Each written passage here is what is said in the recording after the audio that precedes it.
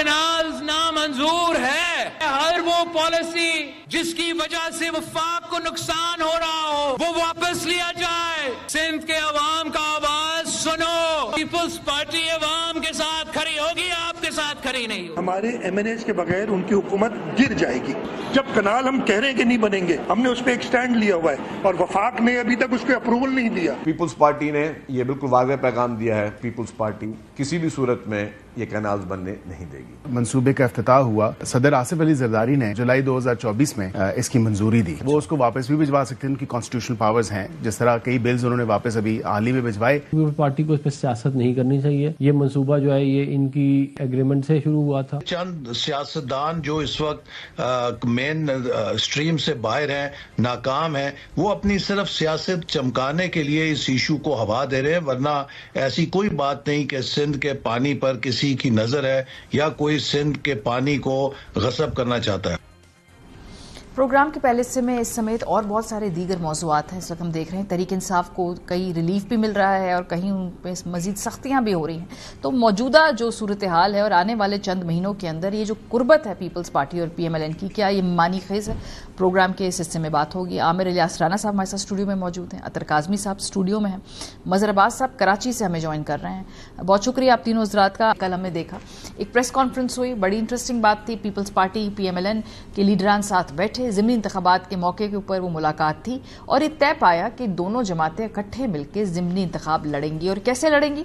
جن نشستوں پر Peoples party ہاری ہے وہاں پر پیپلز پارٹی کا امیدوار کھڑا ہوگا, اور جس نشست پہ نون لیگ تھی اور وہ لیڈ میں تھی لیکن ہار گئی تھی وہاں پر نون لیگ کا امیدوار ہوگا. تو یہ دونوں کی اتحادی جو ایک سٹریک ہے وہ دوبارہ کھل کر سامنے آئی. سنیے ذرا ان کا موقف. ضمنی انتخابات بھی ہونے جا رہے ہیں, ہم مل کر وہ ضمنی انتخابات لڑیں گے. جہاں پیپلز پارٹی کا رنر اپ کوئی کینڈیڈیٹ تھا وہ اس کے حصے میں آئے گا, وہ الیکشن لڑے گا, اور جہاں پر پی ایم ایل این کا رنر اپ کینڈیڈیٹ ہے, خیر وہ قومی اسمبلی یا صوبائی اسمبلی ہے, اس میں پاکستان پیپلز پارٹی اس کی مددگار ہوگی. جہاں ہم رنر اپ ہیں ہم الیکشن لڑیں گے, جہاں پاکستان پیپلز پارٹی رنر اپ ہے وہ الیکشن لڑے گی.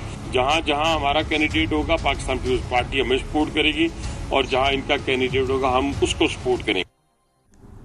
اور آج کل جو اتفاق رائے ہے وہ کافی زیادہ مزید نظر آ رہا ہے, خاص طور پر نئے صوبوں کے قیام کے حوالے سے ایک نئی بحث چھڑی ہے. اب ہر کچھ عرصے بعد یہ بحث آ جاتی ہے, چھیڑ دی جاتی ہے, یہ چھڑ جاتی ہے. اس کے محرکات کیا ہوتے ہیں, اس کے پس منظر میں ہو کیا رہا ہوتا ہے, ایک علیحدہ سوال ہے. لیکن صوبوں کے اوپر مور اور لیس ان کی پوزیشن سیم ہے.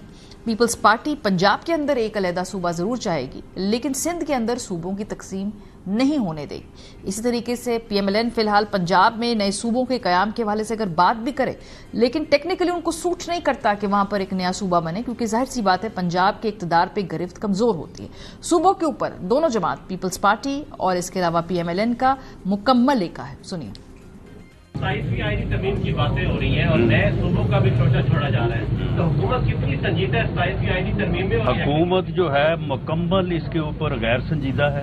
میرا تو یہ خیال ہے کہ کوئی ضرورت نہیں, اور خاص طور پہ صوبہ سندھ میں, اور اس کی وجہ یہ ہے کہ صوبہ سندھ کے لوگوں کی اکثریت یہ نہیں چاہتی. اب اگر صوبائی اسمبلی میں اس پہ کوئی بھی اتفاق تو دور کی بات ہے, اس پہ کبھی بات ہی نہیں ہوئی, تو پھر اس صوبے کے اندر نیا صوبہ بنانے کی تو بات نہیں ہے.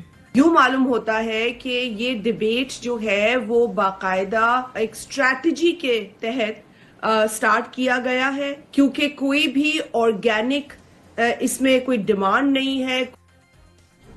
کیا اسٹریٹجی ہے؟ کیونکہ کوئی آرگینک ڈیمانڈ تو ہے نہیں. پچھلے کچھ مہینوں پہلے ہم نے دیکھا کہ نہروں کے حوالے سے دونوں جماعتیں آمنے سامنے تھیں. پی ایم ایل این ایک طریقے سے جو ہے اس پورے معاملے کے اوپر پیپلز پارٹی کے ساتھ اگری نہیں کر رہی تھی, نہروں کے پانی کی تقسیم اور اس کے بعد کینالز کے ایشو پہ, اور پیپلز پارٹی نے بڑی ٹھیک ٹھاک ایک موومنٹ چلائی تھی اور چلوائی بھی تھی سندھ کی نیشنلسٹ جماعتوں سے, اور اس وقت یہ دونوں ایک دوسرے کے آمنے سامنے تھے. ذرا یہ بھی ملاحظہ کریں.